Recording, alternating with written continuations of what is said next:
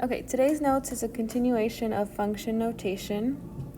Last class we saw function notation in a set of points and then putting into a rule. So now we're going to practice this with a graph.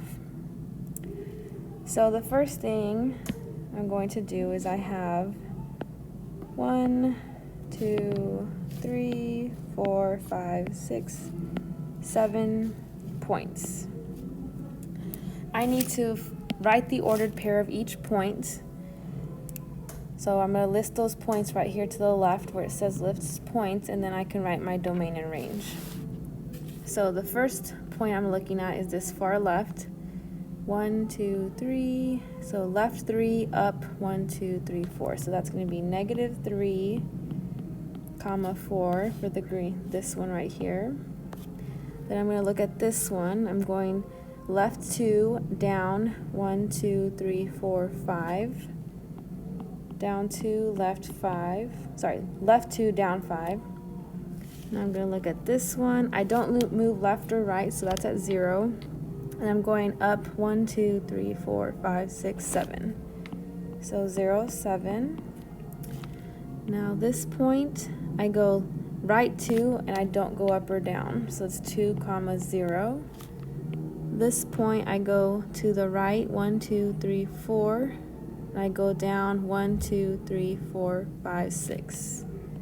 Right 4, down 6. This point right here, it's at 4 to the right and up 2, so that's 4, 2.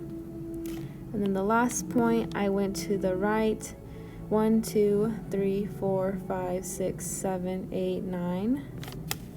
To the right 9, and then up 1, 2, 3, 4, 5. So just as we've practiced before, we're going to take one color to be X and then one color to be Y. So X and Y. Consistency is key so we don't get confused. I'm going to highlight all my X's yellow. And then I'm going to highlight all my Y's green. And now I can write my domain and range. My domain is all the yellow values. And remember, don't forget to put them in the curly brackets. -3, 2, 9, -2, 4, 0, and 4. You don't have to write twice. Then I'm going to list all my Y values, which are the ones in green. 4, 0, 5, -5, -6, 7, and 2. So from here, as we talked about last class, we only care about the X values to determine if it's a function or not. And as we discussed last time, if the X repeats, it is not a function. So looking at our X values, you can probably notice that right here, there's a -4 twice, and these, sorry, not a -4, +4 twice, and they have different Y values. This one has a Y of -6, and this one is of 2. Because of that repetition, this relation is not a function, because 4 repeats.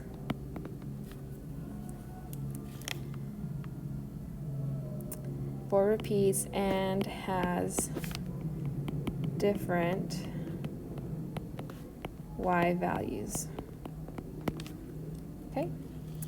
Then we're going to look at the function notation. So remember last class we talked about the function f, when x is some number given, we're getting an output of y.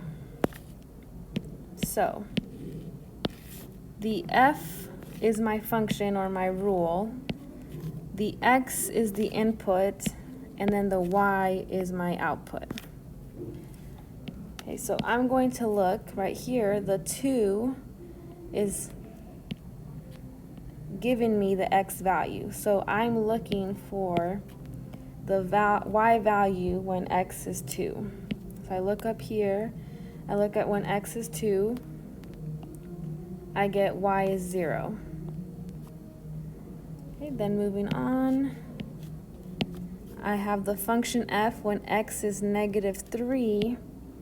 I'm looking for the y value it corresponds to. So I'm going to look for -3's right here. So the y value is 4. Then I have the function f when x is 0. I need to find that y value. So 0, x is 0 right here, and the y value is 7. Okay, so now these last three are a little different. We still have the function f, but we don't know x. X is what we're looking for. So the value they give us is 7, and that 7 represents y. So we're going to go look at our list of points of ordered pairs to see where y is 7. Y is 7 right here, so that means the x value we're looking for is 0. Okay, same thing for the next one. We are given the y value -6. We're looking for the x that goes with that -6. So looking at our points, y is -6 right here, so the x value we're looking for is that 4. Okay, again, we're looking for x, and they're giving us y is 5. So we're looking at the y value of 5 is right here, so the x we're looking for is 9. Okay, so just be careful and you make sure you understand when they're giving you x and when they're giving you y. Okay, and the last set of examples that we're going to look at are word problems. So, we're going to highlight the important x and y values given and anything else that's important in our word problem. It reads, an arrangement of flowers includes $20 basket base and a defined number of roses. There are 6 roses available to create this arrangement, and each rose costs $12. If our roses are used to make the arrangement for the total cost, C, of the arrangement of flowers can be represented by the function, this function C of R equals 12R plus 20. That's our rule right here. Okay, what is the range of the function of the situation? So we're going to highlight range because we're trying to find the range. And they give us the rule. Okay, the other thing that's important is they tell us R is roses. They tell us the roses available, which is 6. Wrong color. Okay, so the roses, there's 6 available. So, but we're looking for the range. So we're going to go to our calculators. Give me 1 second while we connect again. So while you're here, go to your calculator.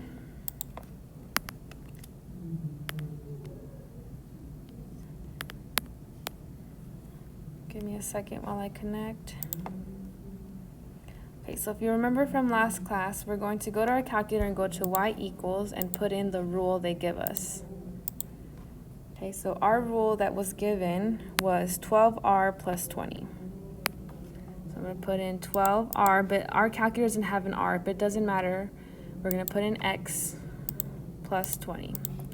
We go to the second graph to get our table. And remember, they give us, there are 6 roses available, and roses are our X. So we're going to go from 0 to 6, but we're looking for the range, which is the Y values. So we're looking at the numbers 20, the 32.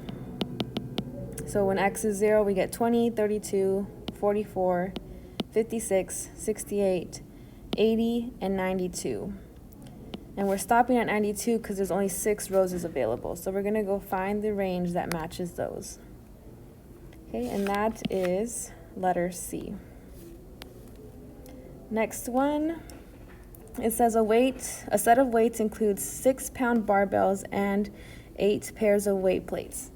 Each pair of plates weighs 30 pounds. If P pairs of plates are added to the barbell for the total weight, W, of the barbells and plates in pounds can be represented by this function right here. What is the domain of the function for this situation? So this one's going to be similar to what we just did. Okay, but here they tell us, remember, P is pairs of plates, and that goes with our domain. They tell us there's 8 pairs of weight plates. So all the possible weight plates, that's a tongue twister, is everything from 0 all the way to 8. And 8 is the max of pairs that we have. So that domain matches with letter A. So B is not correct because it only goes to 6, and we have 8 pairs. And then X represents pairs. All right, last word problem. I have a pickup truck can carry a max cargo weight of 6,000 pounds. A company uses one of these vehicles to transport 250-pound containers. The total weight is a function of the number of containers transported. What is the greatest value in domain? Okay, so this one's a little trickier because they don't give us our rule or our function. So our containers are our X values. We can name that C. And then the total weight we can write as W. Okay, so we can write this as the total weight is equal to 6,000 is the total, okay, that it can carry, the max. So we're not going to add it to the 20-pound containers we're allowed. We're going to subtract it because we don't want to add more weight than when 6,000 is the max. So I'm going to do 250 C for containers. Okay, so what is the greatest value of domain for this situation? We're going to put this rule that we came up with into our calculator, and it disconnected me again, so give me a second. Oh, no, it didn't. Okay, so we're going to go back to y equals. We're going to put in our new rule, so it's 6,000 minus 250C, but we're going to use X. Go to second graph, and we're going to go down to find the max domain where the y value goes under 0. Okay, so we're still good, and after 24 containers we start getting negative, and we're not going to have negative pounds. Okay, so our max value for containers is going to be 24, and that is an option right here. Oops. So that is D. Okay, and our last example, 6, is similar to what we did earlier with the function notation. So remember, keep in mind, the letter doesn't really matter, it just represents a function, but in general it's f. The function f, when x is a number, gives me another number that represents y. Okay, remember, f is our function or our rule, x is the input, and y is my output. Okay, so I have the function p, and they give us the function p. When x is 3, I get the output of 5. I have another function notation for the function p. When x is 5, gives me an output of 3. So here they use the same thing like I said up here, but with the letter p. Okay, so if y is equal to the function p of x, we're trying to find out the value of y. We want to find y when x is 5. So highlighting helps a lot here. So I'm looking for where I highlighted in yellow the 5. And that's right here. I highlighted in yellow 5 right here. And I'm looking for the y that it goes with, which is 3. So y equals 3 is what this question is looking for. And that completes our notes for today.